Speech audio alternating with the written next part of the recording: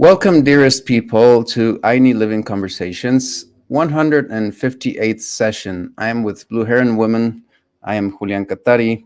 We're talking about healing. We're talking about freedom. We're talking about the evolution of humankind, of mankind. And each week we go into very specific, deep, profound subjects of our OWL investigations, our OWWL Dojo investigations. And this session, we have the landscape of language.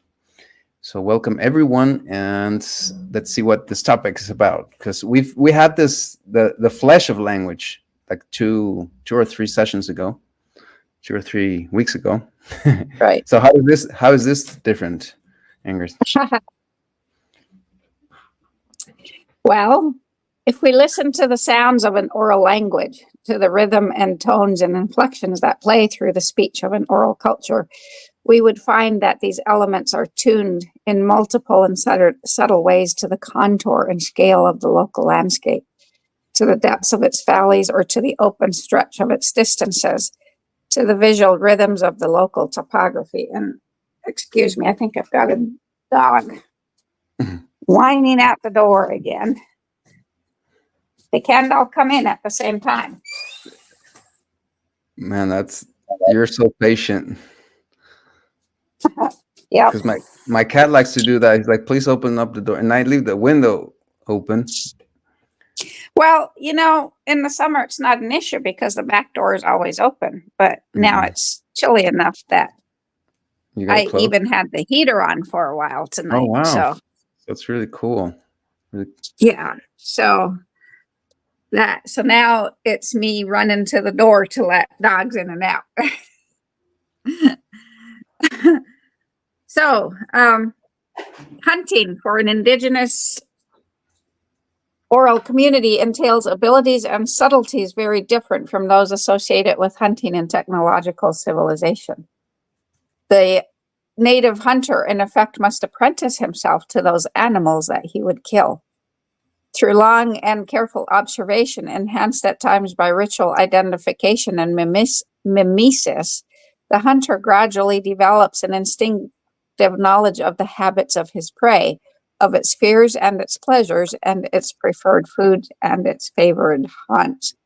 So what do we do today? What does the hunter do today? He puts out corn, and industry has flavored corn even that attract the deer, so they don't have a freaking chance. Yeah.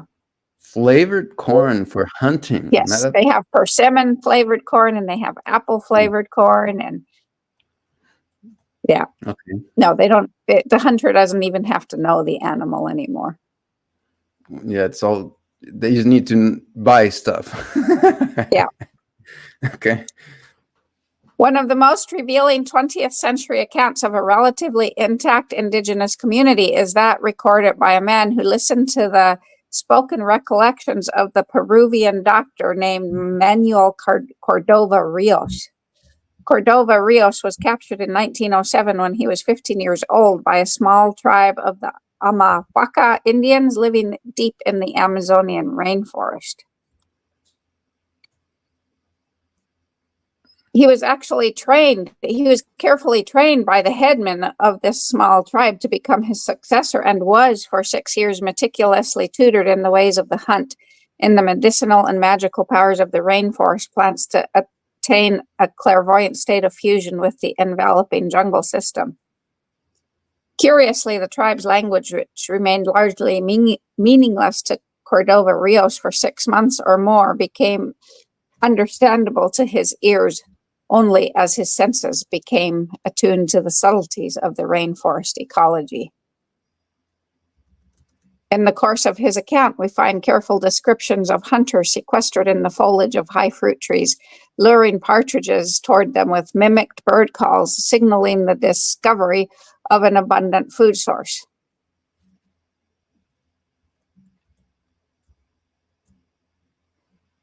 Zamu, the tribal headman, oversaw the hunting engagements of the group as a whole. Each of the men was assigned by him to an individual hunting territory and they all reported daily to Zamu regarding the shifting locations of the various bands of monkeys and wild pigs, of the jaguar and other forest inhabitants. The headman was then able to modulate the hunting activities of his tribe, continually modifying these activities in response to the living gestures of the forest itself. So the intertwining of human speech with the calls and cries of the local earth is evident when we turn away from the tropics to the Koyukon Indians of northwestern Alaska. We've learned from anthropologists that to them, language is just as much the province of other animals as it is the domain of humankind. They assume that non-human animals communicate among themselves and that they understand human behavior and languages. They believe that since the other animals themselves speak, they can also hear and understand our own talking. And so they are careful in what they say about animals. They say to the fishermen that the most you should say is you'll try to catch a fish, or better yet, you don't say anything at all. Otherwise, it sounds like you're bragging, and the animals always stay away from people who brag.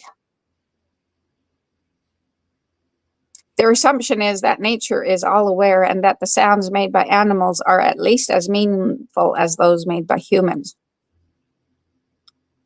A Koyukon storyteller may conclude a story with a phrase like, "I thought the winter had just begun, but now I've chewed off parts of it."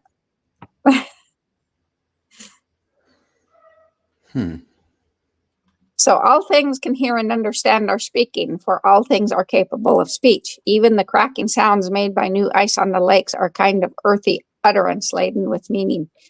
To listen to the forest is also primordially to feel oneself listened to by the forest, just as to gaze at the surrounding forest is to feel oneself exposed and visible and feel oneself watched by the forest. Our sensuous world is a spontaneous, playful, and dangerous mystery in which we participate, an animate and articulate field of powers ever responsive to our human actions and spoken words. So now we bring ourselves to the dreamtime beliefs common to the Aboriginal peoples of Australia. Their diverse cultures may well be the oldest human cultures of any still in existence. Cultures that have evolved in some of the harshest human environments for tens of thousands of years, only to be decimated in our time through contact with alphabetic civilization. The astonishing endurance of Aboriginal peoples must be attributed to their minimal involvement with technologies. Their relations to the sustained landscape was direct and intimate, unencumbered by unnecessary mediations. What is the dream time that plays such a prominent role for the Australian Aboriginals? Well, it's a kind of time out of time, a time hidden beyond or even within the evident manifest presence of the land, a magical temporality wherein the powers of the surrounding world first took up their current orientation with regard to one another, and so acquired the evident shapes and form by which we now know them. It is a kind of out of time, a time hidden beyond. I would just repeat it that. It is that time before it's a good thing I'm rereading this.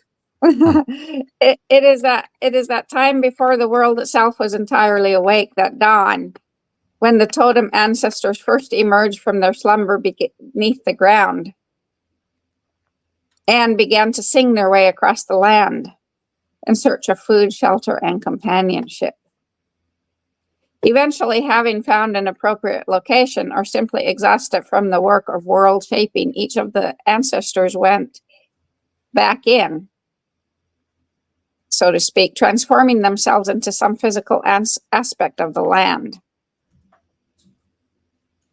Each ancestor then leaves a trail of geographic sites.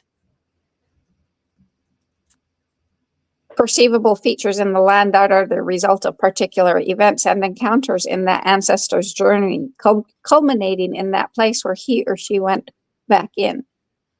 The Australian continent then is crisscrossed by thousands of meandering songlines, and every Aboriginal person at birth inherits a particular stretch of song as his private property, his or her private property, a stretch of song that is his or her title to a stretch of land, his or her conception site.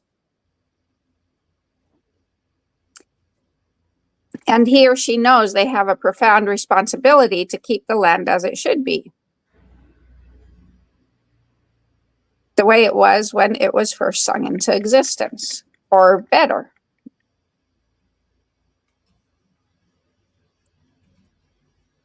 So he or she might do this by going on walkabout, chanting the ancestors' verses as he or she walks, singing the land into view, and so recreates creation.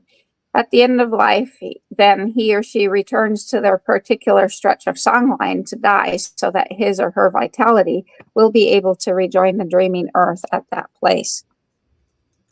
So the dream time for them is an ongoing process, the perpetual emerging of the world from an incipient, indeterminate state into full waking reality, from invisibility to visibility, from the secret depths of silence into articulate song and speech. And the Aboriginals believe that an unsung land is a dead land.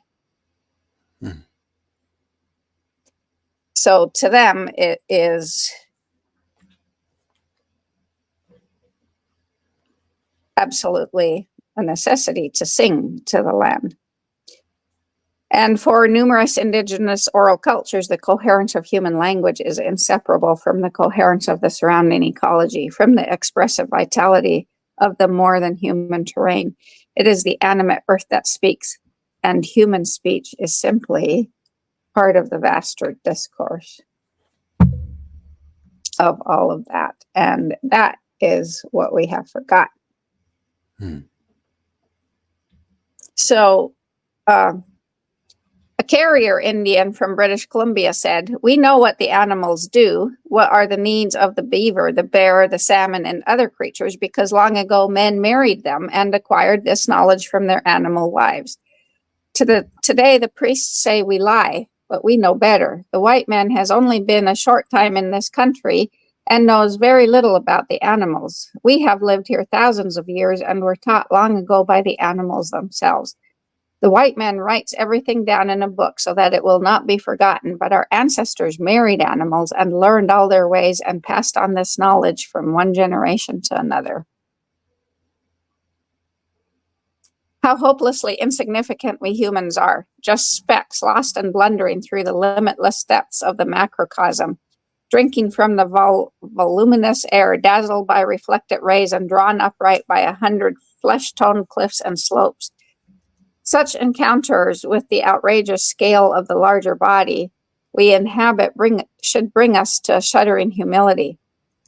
And yet they can also release an unexpected intuition of safety, a sense of being held and sustained by powers far larger than anything we can comprehend.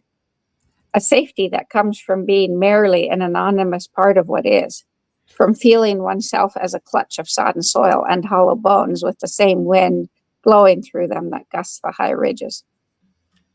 It's a weird security realizing that one is part of something that's so damn huge. And I think that's a very resonant point. None of us feel like we're part of something that's huge. But when we realize we settle for so little. Yeah, we do. We absolutely do settle for That so is. little. Yeah, that's why. I mean, there's like, anytime I think of what you're doing, you're always the example of there's somebody that's thinking right. I mean, I don't want to praise you, but it's the truth. I mean, it's why isn't anybody else dreaming as big? Because I don't know how. That's why we can't explain. I guess it's just part of the process of doing all this work. Yeah. You actually come to this, to really dreaming big. Sorry. Go on. Well, today our relation to the unfolding earth is filtered through a dense panoply of technologies, from air conditioners that mask the heat to electric lights that hide the night, from capsuled automobiles that hustle us hither and yon to earbuds and headsets whose self-enclosed sounds eclipse the layers and silence of the land, blotting out the hum of bees and whooshing wind whose voice swells and subsides into the belly of that silence. It's less common now to suggest that there's a wildness that still reigns underneath all these mediations, that our animal senses co-evolved with the animate landscape and are still attuned to this many-voiced earth. Our creaturely bodies, shaped in ongoing interaction with the other bodies that compose the biosphere, remain poised and thirsting for contact with otherness.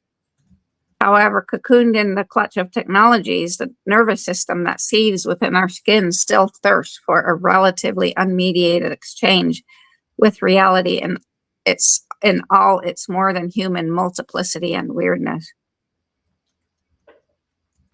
So while indigenous oral cultures tend to be exceedingly different from one another, it's nonetheless possible to discern several intuitions and qualities that they all hold in common. So we can list these qualities. And one is that oral awareness is intensely local in its orientation. The leafing time of the local trees, the rhythms of the bud and blossom and fruit, the reticence of various animals in certain months and their antic exuberance in others. All these unfoldings in the immediate environs provide a sense of sensuous metaphors for the complex pulse of our own emotions and a basic template for our cogitations. The human animal is a creature of imagination, to be sure, but yet our imagination is first provoked and infused by the earthly place in which we dwell, by the wider terrain in which we circulate. So indigenous oral culture, indigenous oral intelligence is place-based intelligence, and that's common to all of them, all of the oral cultures. It's an awareness that's infused by the local terrain. Number two is that the simple act of perception is experienced as an interchange between oneself and that which one perceives, as a meeting, a participation, a communion between beings. And number three is that each perceived presence is felt to have its own dynamism, its own pulse, its own active agency in the world. And so each phenomenon then has the ability to attract and affect and influence the space around it and the other beings in its vicinity. So death then is more a transformation than a state. A dying organism becomes part of the wider life that surrounds it, as the hollowed out trunk of a fallen tree feeds back into the broader metabolism of the forest.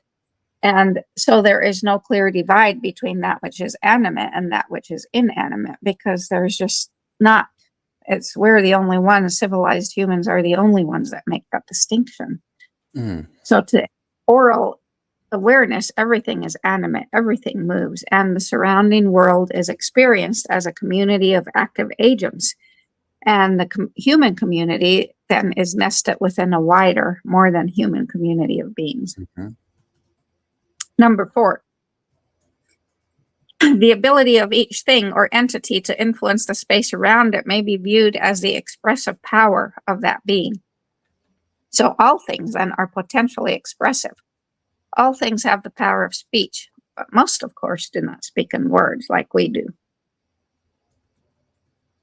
Number five, since we're carnally embedded within the sensuous field, then we can experience things only from our limited angle and place among them. So we have only a partial view of each entity or situation that we encountered. And because of that, there is no aspect of this world that can be fathomed or figured out by us in its entirety. There are always aspects that are hidden from view, dimensions that we can't perceive directly. So the depth of the world is then inexhaustible, and we think it's flat. To oral culture, the world is articulated as a story. The surrounding cosmos is not experienced as a set of fixed and finished facts, but a story in which we all participate. To deeply oral culture, the earthly world is felt as a vast, ever-unfolding story in which we, along with the other plants, the animals, the landforms, the rocks, trees, we're all characters in this play. And then in such a breathing cosmos, time is not rectilinear movement from a distant past to a wholly different future. Rather, time has an enveloping roundness like the encircling horizon. It's a mystery marked by the slide of the sun into the ground every evening and its rebirth every dawn. by the incessant cycling of the moon and the round dance of the seasons. So the curvature of time in oral cultures is inseparable from the curvature of space, and both remain rooted in the primacy of place, because each place has its particular pulse. Wow. A world made of story is an earth permeated by dreams, a terrain filled with imagination, and it's not so much our imagination as the world's imagination in which we are participant. As players within an expansive, ever-unfolding story, our lives are embedded within a psyche that is not primarily ours. So mind is not experienced as an exclusively human property. For a deeply oral culture, there is a felt sense that we are actually located within mind, carnally immersed in an awareness that is not ours, but rather the earth's. And number 9, each entity participates in this enveloping awareness from its own angle and orientation, according to the proclivities of its own flesh. So the wild mind of the planet blows through us all, ensconced as we are in the depths of this elusive medium, but yet every one of us experiences it differently. Since our bodies are the interface and exchange with this field of awareness, a praying mantis's experience of mind as weirdly different from ours as its spindly body is different. And so the dreaming of an aspen grove or pecan grove is as different from ours, and the praying mantis's as its own fleshly interchange with medium is different. So no one can tell the same story,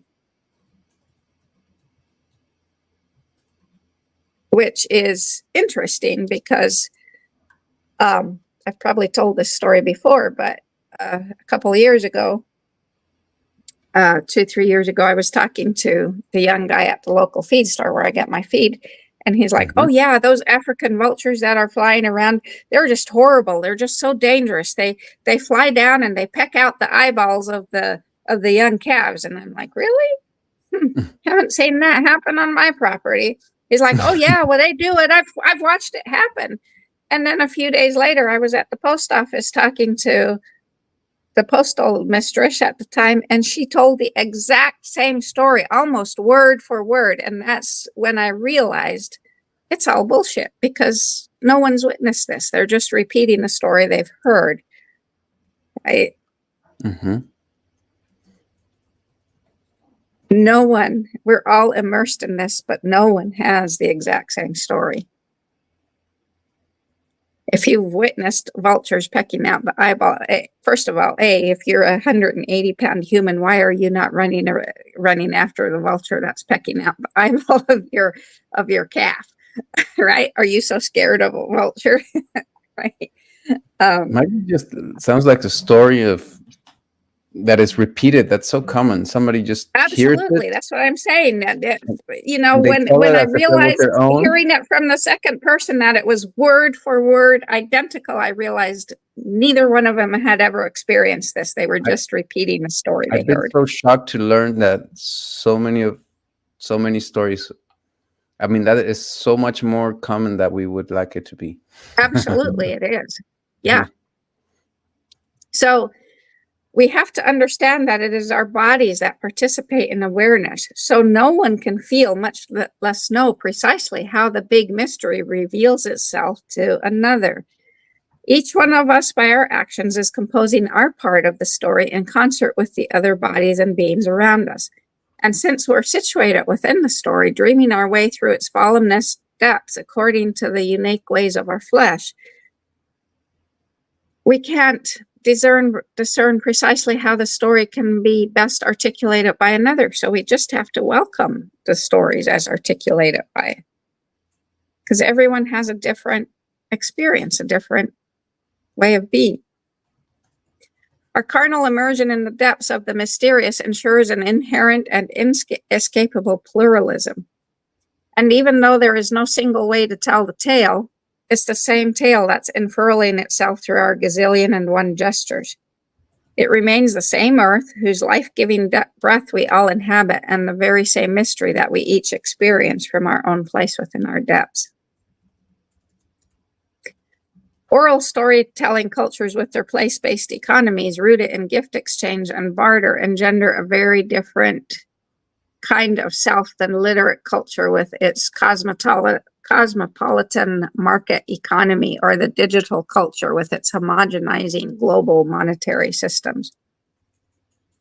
Indigenous oral culture not only constitutes the original and longest standing form of human society, it also gives rise and remains correlative with the most elemental layer of the human self.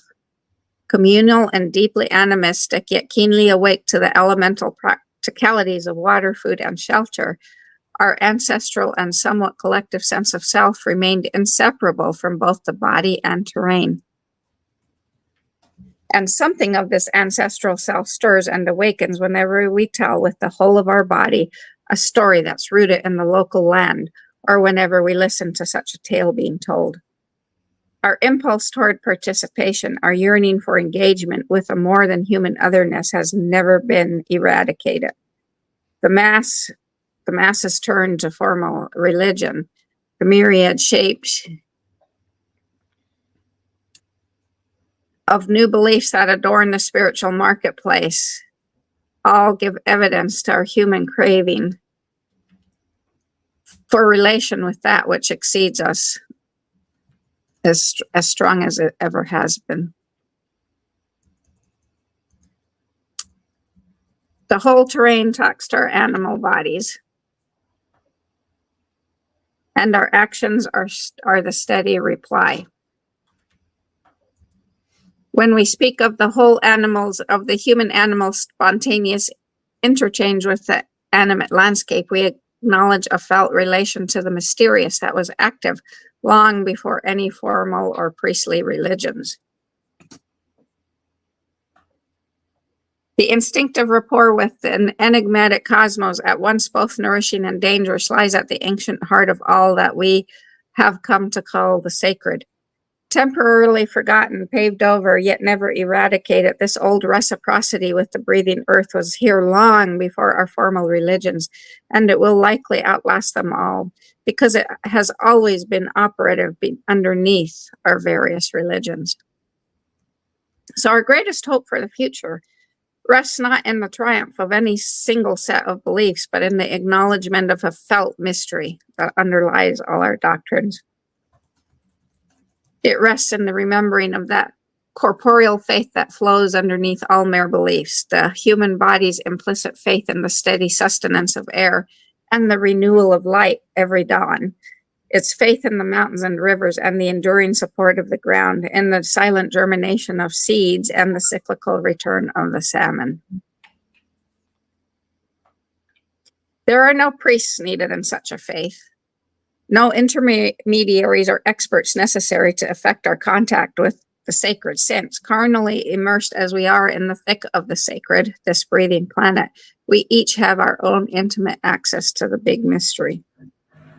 And each of us must fully enact this rapport in our own unique manner, discerning and learning to trust the particular gifts of our flesh, even as we draw insight from the ways of others. And slowly we can then come to follow the promptings of our womb, or hara, as it responds to the larger pulse of the earthly cosmos, listening inward even as we listen outward. And so then our voices, tentative at first, finds its own improvisational place in the broader polyphony, informed by and yet subtly altering that texture of the wider music. Our rapport is ours alone, and yet the quality of our listening and the depth of our response can transform the collective texture of the real. The heedless desecration and ruination of our more than human life world is accelerating all around us with utter callousness.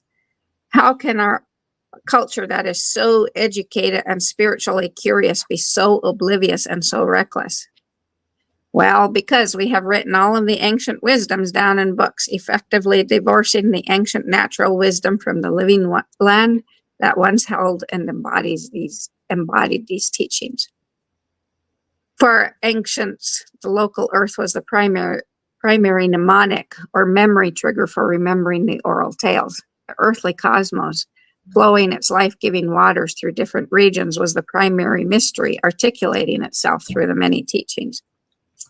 But the spread of literacy brought detachment from the elemental immediacy of the local earth. The book, rather than the sensible landscape, became the mnemonic for remembering ancient tales, and the culture of the book is inherently cosmopolitan. Now a new kind of literacy has been conjured. With the advent of the personal computer, cell phones, and more, the digital culture is inherently global and globalizing. The gifts of these new literacies are useful and worthy adjuncts to our more full-bodied participation in the ongoing life of our community. Yet we've allowed these gifts to substitute for that community, and they can't supplant the necessary nourishment of real face-to-face engagements with other persons, other beings, and the local terrain. So oral culture, the face-to-face sharing of living stories that are not written down, is a form of human society that knew Aini wholeheartedly, reciprocity. Oral culture is inherently local. And what we need to understand and recognize is that the global digital culture and the cosmopolitan culture of the book both depend for their integrity on the place-based conviviality of a thriving oral culture. So it's time for us to rejuvenate the arts of telling and listening in relation to the geographic place where our lessons actually happen. Far too long we have incarcerated the potent magic of linguistic meaning with an exclusively human space of signs.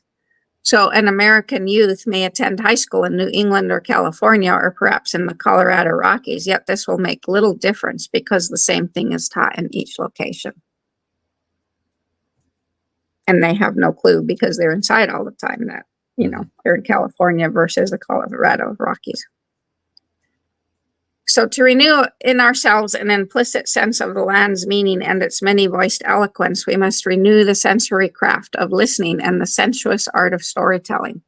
The replenishment of oral culture will bring a new realization of the primacy of place, as well as recognition that genuine community is not something we create online with those who share our values. It is something that must be practiced on the ground within and among ourselves. And the payoff will be a dramatic increase in our real security. Our most dependable insurance against calamity resides in the fellow feeling and generosity of those who live near us, in the impulse to look out for each other's children or to look in on an elderly neighbor. Our truest security lies, or always has, in community, solidarity, and neighborliness.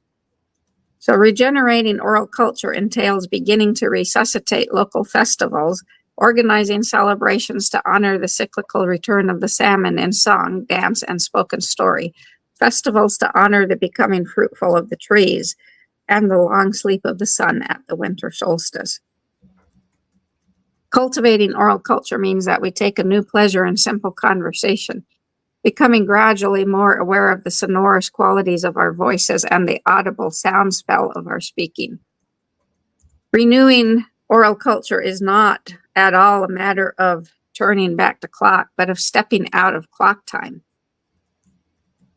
It's not a matter of going back to an early way of life, but of aligning ourselves with the full depth of the present, expanding our awareness beyond the gleaming veneer of our mass-produced artifacts, dropping our attention beneath the sedimented strata of commercial civilization to make conscious contact with the humus in which our humanity is still rooted.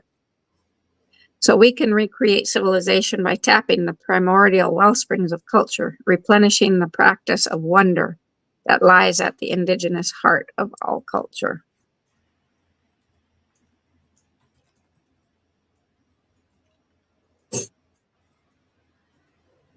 And bring forward oral storytelling again. Mm-hmm. Well, that's a beautiful landscape. Yeah, Does it really is. Does it continue? Yeah, I could continue. Okay. You want to continue?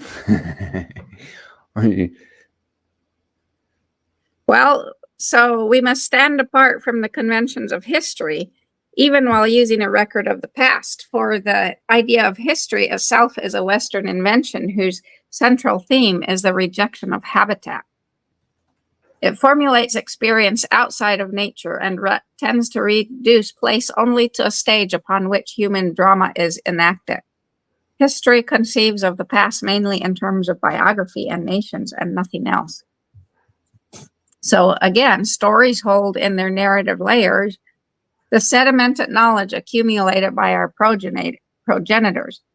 The stories oral cultures had give evidence of the unique power of bioregions, the unique ways in which different ecologies call upon the human community.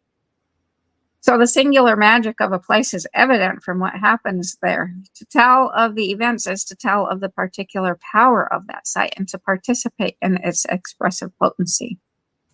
The songs proper to a specific site will share a common style, a rhythm that matches the pulse of the place, attuned to the way things happen there, to the sharpness of the shadows or the rippling speech of water bubbling up from the ground. And we're so embedded in this uniformity. Right? Mm-hmm. So in traditional Ireland, a country person might journey to a distant spring to cure an ailment and to another spring for strengthening of her eyesight, and yet even another one for insight and protection. And each spring, and that's because they knew each spring to have its own powers, its own blessings, and its own curses. And different gods would dwell in different places, and each place has its own dynamism, its own patterns of movement.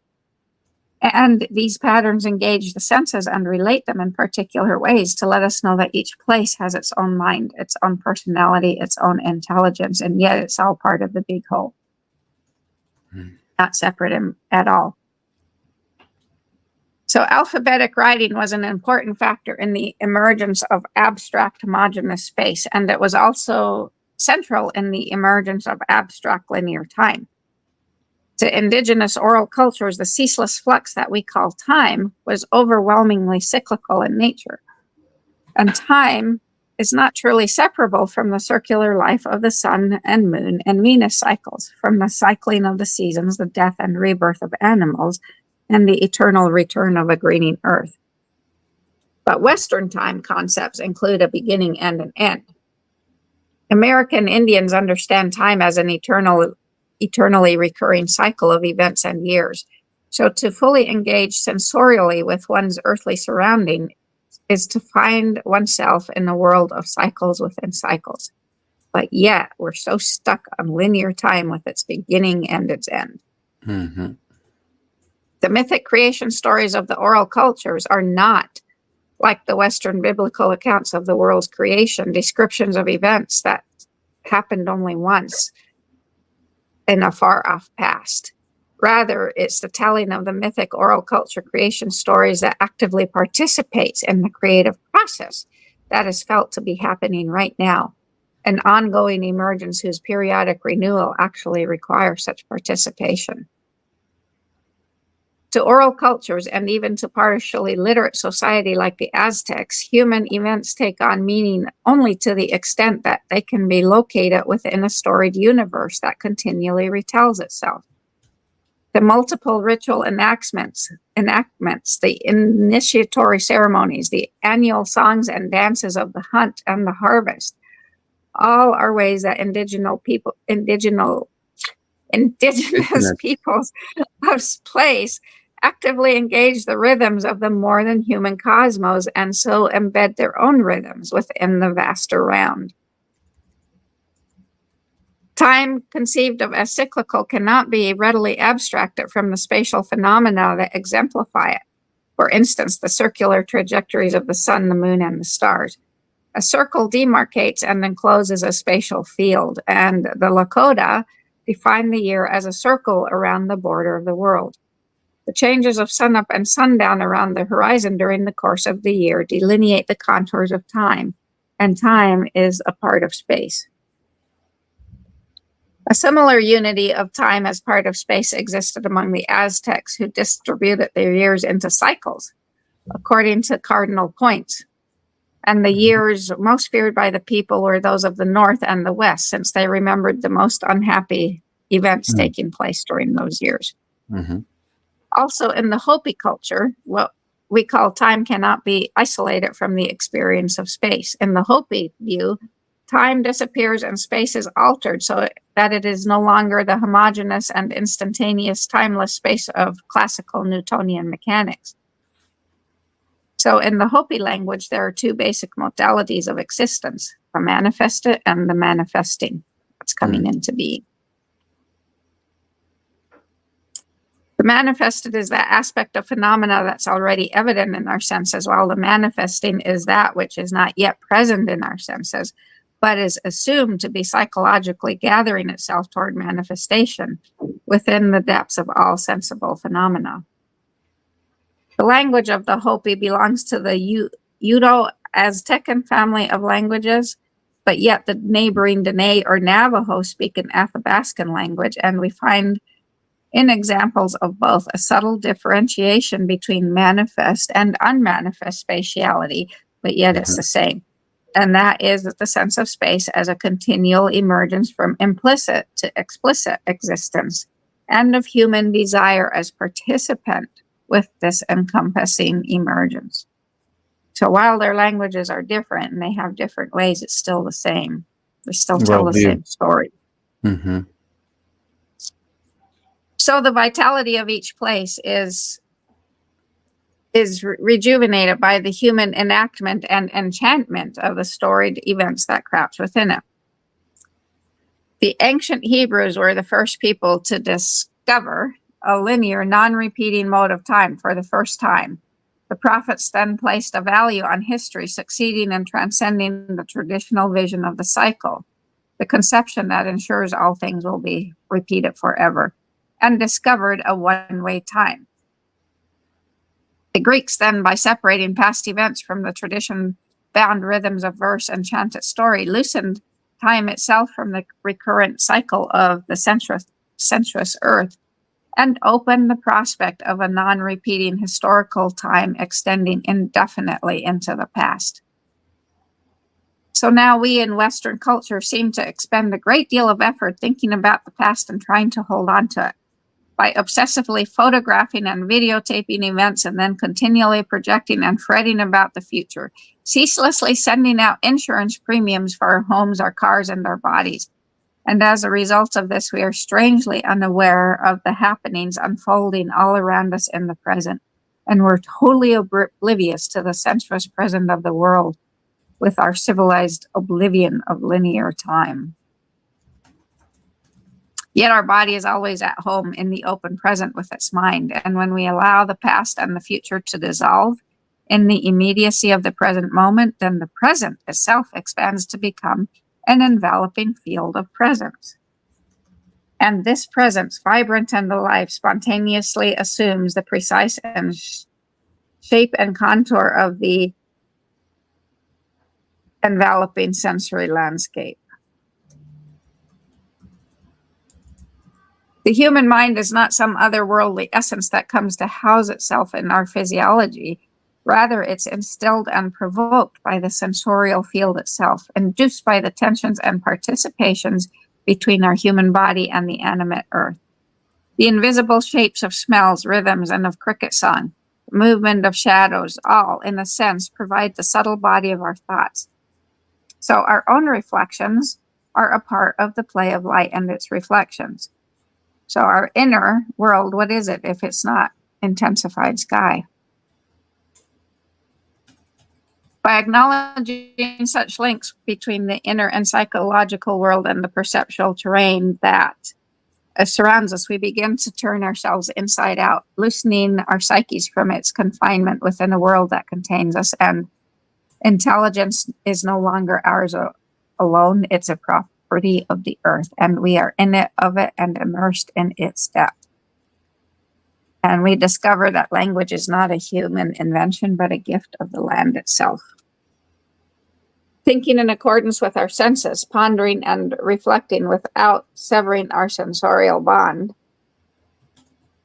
with the owls and the wind is a style of thinking that associates truth not with static fact, but with a quality of relationship. A human community that lives in mutually beneficial relation with the surrounding earth is a community that lives in truth. To make sense is to enliven our senses, and there is intimate reciprocity in our senses. As we feel the bark of the tree, we can feel the tree touching us.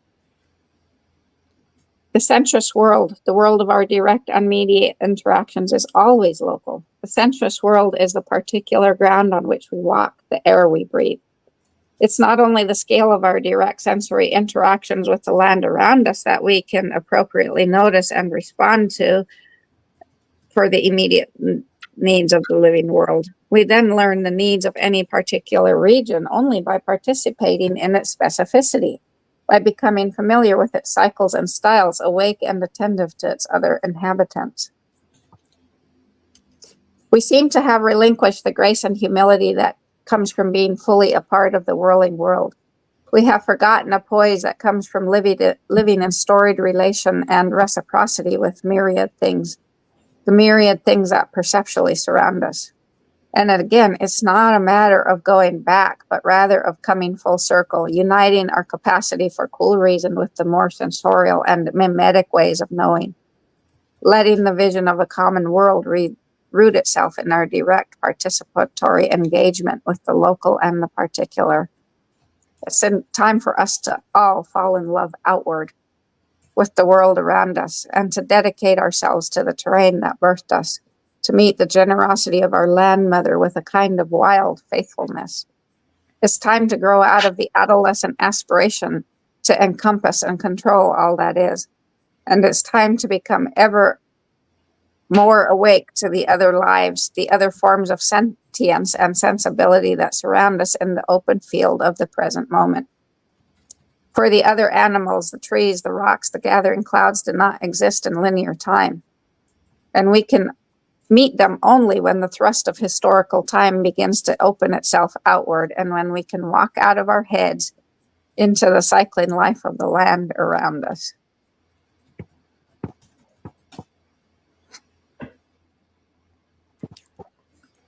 Oh, that's really beautiful.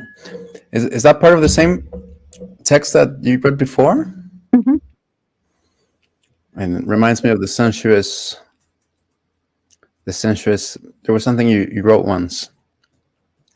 The sensuous. Yes, something all about the world. part of the same.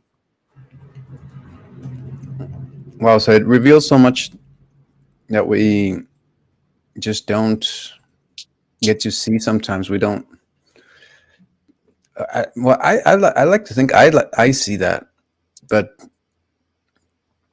it's such a great essay about how we are absorbed by a world, but that does not allow us to even really experience life. I mean, it's that it's that bad. Yeah. And so I might want to say then that the purpose of sharing this is that people can approach the possibility to actually live and enjoy life and have this awakened sense and experience and access to this profound knowledge. Somebody might ask himself, how do you do that? Then I guess what we've talked about before is there needs to be a decision. It's really about a decision. Choice. Absolutely. A choice, about really making the choice, making that, that decision. I'm going to do this. I'm going to try this. And that choice, I mean, joining ADL, it's part of that, but at the same time, I mean, it's still your choice that you have to make to yourself, your vow that you must make to yourself. And then you might start looking for, hey, who is doing this too? Who is out there that is doing this? Who is out there that is talking about this? Maybe I want to talk to them. Maybe I want to join them. Maybe I want to join forces. Maybe I want to sum up to this. Maybe I want to get guided, find guidance Right. to how did you do it? Is it because, and let's clear it out. Are we looking for? We're not looking for fans or following or anything like that. Quite the contrary. We're actually looking to create leadership, to create independence, to create Right. autonomy Freedom. and freedom Right. in True in freedom. each one of you guys listening there here. So I think that has to be said, and it's something I want to add to this precious investigation and to this landscape that you shared with language, and to all this knowledge that you're bringing us every week, all these teachings. um it's very little that, it's not really very little, it's a lot that I can add by saying, hey, this is the context. You need to know that we're not, I mean, this is not the same thing that you've seen before, where people are trying to pull you into some kind of trick, pull you into some kind of buying. We're not selling anything. We're not selling a product. We are Yeah. not a religion, which is really important. We're not a cult. We're not looking for following. We're looking for you to really think for yourself and say, We're I'm looking going for to, people who are done with being consumers and are ready to be creators. and and so this is just a way to share, a way to connect, and that's once you're there, and once you realize, I want to be a creator, I'm a creator, because I know there's people that are in that place right now, and they might be listening to this. um I am a creator. Let's create together. Yeah. That's that's the invitation. That's the invitation we have here every week and on the show, and that's the real purpose, the real motif behind our conversations, behind our website, behind our work. And I was going to say, when you become a creator, I mean, first you have all this process of getting in touch with all of this consciousness and all of this intelligence, this intellect that has been hidden from us. So there's like this process of gaining that back. But you'll find that when you gain that back, the next step is what we're doing right now is, okay, so who do we join forces with? Because we can't do this To the become same a way that creator, you must come join OWWL Dojo. the It's that same simple. we cannot do this under the same way, which is just a fragmented, isolated. I'll do it on my own, my home, my own life, my own way, my own thing, apart from everyone. I don't want to get close to anyone. I don't want, Right. that's what we've been living, and that's what No, might it's not repeat it's itself. time for community. It's It's time time for for kinship. community. So this is the call. So Creative community.